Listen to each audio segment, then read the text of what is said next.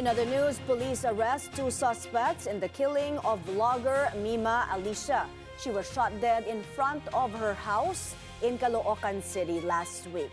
Nasa linya si Edwin Balasa ng Abante para sa detalye. Edwin, ano ang latest sa investigasyon?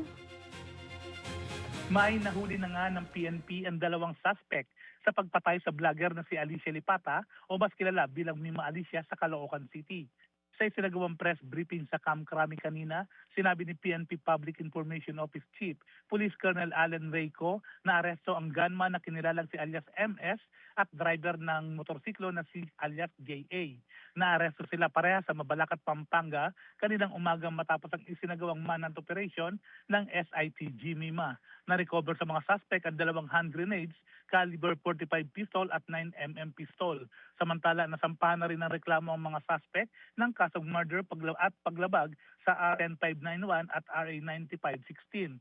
Wala pa namang ibang detalyeng maibigay ang PNP kung may mastermind ba sa pambabaslang dahil sa ngayon ay nandun pa sa Pampanga ang mga otoridad at patuloy na nag-iimbestiga.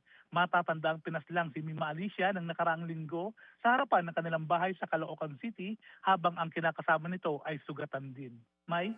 Edwin, ano daw ang posibleng angles dito sa pagpaslang? May kinalaman ba ito sa business or mga business dealing or tinitingnan din ba ang mga former live-in partners? Kasi ito ang lumalabas sa mga spekulasyon ng mga supporters niya. May sa ngayon wala pang naibibigay na impormasyon ng pulisya hinggil sa motibo ng pamamaslang dahil patuloy ang ginagawang investigasyon ng SITG. Pero malakas pa rin ang anggulo na may kinalaman sa personal na buhay at sa trabaho ng biktima ang tinitignang motibo sa pagpatay. Mike? Maraming salamat, Edwin Balasa, nag-uulat.